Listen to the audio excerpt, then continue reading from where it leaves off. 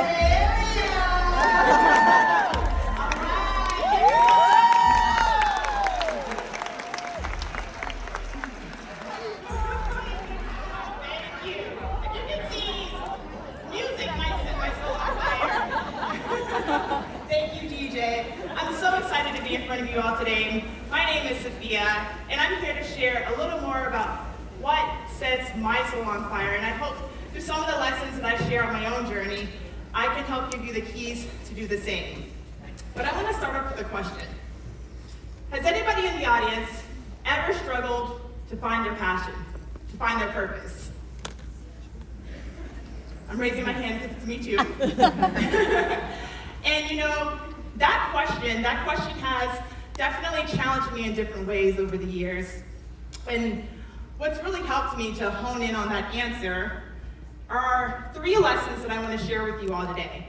And I'm going to set the stage by sharing them through a few experiences. But first, let me share you a little bit about who I am. I like to describe myself as a trilingual multi-hyphenate. Oi, tudo bem, como estás? I am a wife to Bakari. I'm a mother of twins, Zuri and Zyla, who are 2.5 years old. My youngest daughter, Zia, who's 8 months. That's Korea. Woo! Pray for me. I'm going to share it by day. I work at an incredible company, Microsoft, where I've been for almost 10 years. I see my Microsoft friends in the audience. Woo! Account directors and technology strategists. By night, I'm an entrepreneur, I'm a fashion designer, a stylist, and a creator. But when I think back to what allowed me to wear all of those hats, what allowed me to lean in, to be on this stage, and be a multi-hyphenate, I have to think back to my roots. So, I'm the daughter of Jamaican immigrant parents. Wagwan for any Caribbeans in the audience. So my parents, Jonah and Winston Miller, they immigrated from Jamaica to New York, and they decided to take a bet on putting us into an environment where we could really focus on education. So we moved to sunny St. Petersburg, Florida, and I remember really early on, my brother Darren and I, my best friend, we heard from my mother about the importance of education. And this lesson really was the first one that I'm going to lead into that talks about how important it is to be bold and take risks, right? Be bold and taking risks on helping you to do more of what sets your soul on fire. So my mom, she talks to us about education. I'm working hard in school. I'm looking around. I'm in the International Baccalaureate program. I'm studying late nights. And something in me just said, you know what? I think I can go to an Ivy League. I think I can step out of my comfort zone. My mom keeps on talking about it, but I had the gumption to be bold and take a risk, and I applied to Harvard early, and I was able to get in for undergrad and also to Cornell for my MBA. But little did I know, that was just journey would really pivot. So I traveled up to Boston with my white puffy coat on, clearly not ready for winter. And I'm looking around and I'm trying to figure out, like, where is my space? Where do I make my mark? And everybody's ripping and running. And they're going to iBanking meetings, consulting, and growing up in Florida, like, the pinnacle was being a lawyer and doctor. Right? I had no idea about these other opportunities out there. But something that stood out to me early on was around culture. It was around international business. So I had the opportunity to study abroad in Spain, and that set the seed for me to really figure out, hey, maybe I want to do something international for my professional career. So I fast forward, 2009, had a financial crisis. I'm working at Citi, working for another incredible woman leader, and we're going on a walk, and she says, hey, Sophia, you mentioned you wanted to work abroad. And I'm like, yeah, London I think will be great. She's like, have you ever thought about something different, somewhere you can actually learn a new language? And I said, no, not really. But you know what? I said, maybe that's a good idea. Maybe stepping out of my comfort zone more will help me expand my roots. So I took a bet, was bold, moved to Sao Paulo, Brazil, and it was the best professional and personal decision of my life. Largely because I went to a country where they were happy and excited to see a young woman of color that knew her business. And it really gave me the opportunity to stretch myself. And when I think back to that time, you know, that's where I started to get my groove. I'm figuring out, like, what makes me different, what makes me stand out. But when I fast forward and think through experiences that really set apart me getting closer to doing what sets my soul on fire, I have to go back to something that Katie mentioned earlier too, which is my love for fashion, my love for style. So fast forward to about 2017 in the Bay Area, and I decided to take a bet and start a fashion blog. It was mostly just pictures at that time, and I was hosting a fashion show at Saks Fifth Avenue, and I ended up meeting a woman that worked at Fenty Beauty. And she said, Sophia, you know, I really love these events, but I love the energy that you're bringing to the room. Have you ever thought about launching your own brand? And I'm like, my own brand of what? I don't know. And she said, there's not many women, let alone women of color, that are leading businesses, that are taking a bet on themselves. And it made me think of something that I was seeing in the workforce. And I'm seeing a lot of women getting a lot more opportunities to be on the big stage, but they weren't owning what they were wearing. They weren't owning their presence. They were kind of still sitting in this box. So I took a bet, and I was able to manufacture and design a fashion line, believe it or not, in San Francisco for women.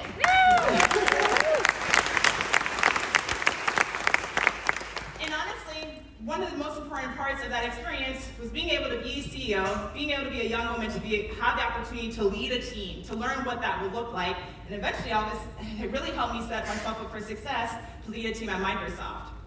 But when I think back about how I am evolving as a leader, I had to recognize lesson number 2.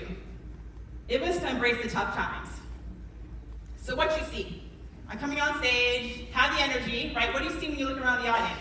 Big smiles, big faces. But a lot of us are dealing with tough things. And what I like to call the invisible battles can be your biggest blessings.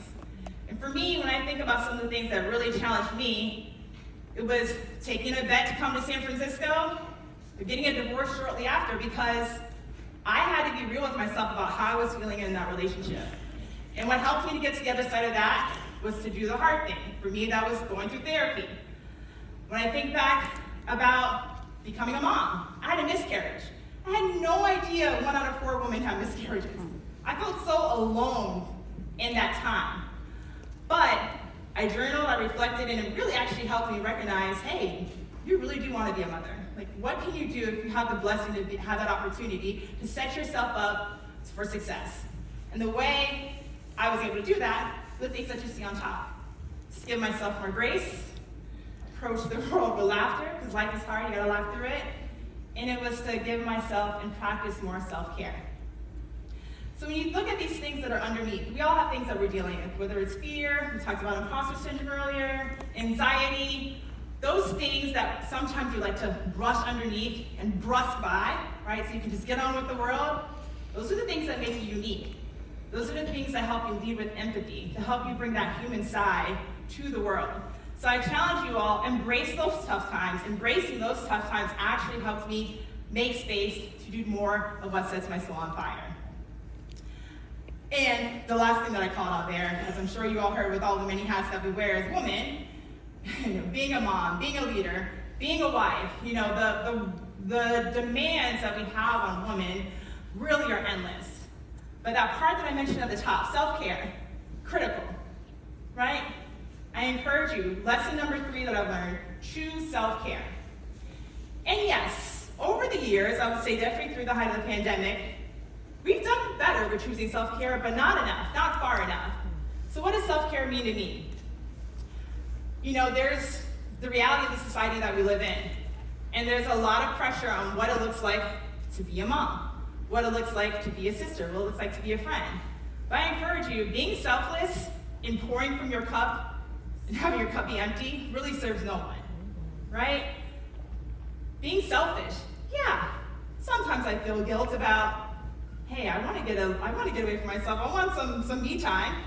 But what does that really mean? It means you have to understand the value that you bring to the world. You have to understand that it's important for you to take some time and to pour in yourself to show up as a better leader, to show up for yourself and make space to find out what really gets you excited. So if I had to leave you with 3 things, right? 3 things to hone in on. It is to be bold, take risks. It is to embrace the tough times. And last but not least, choose self-care. So with that, I want everybody to take out your phones. Right? They said we're in the age of digital media here, right? And I love affirmations. And I want to leave you with something that you can take back with you. One of my favorite books that I read to my kids is a book called I Am Enough. It's a book by Grace Byers, and it's so incredibly simple, but so powerful. So, we're gonna pull out shout out to Kincaid here for telling us high up, right? This is the best angle, most flattering.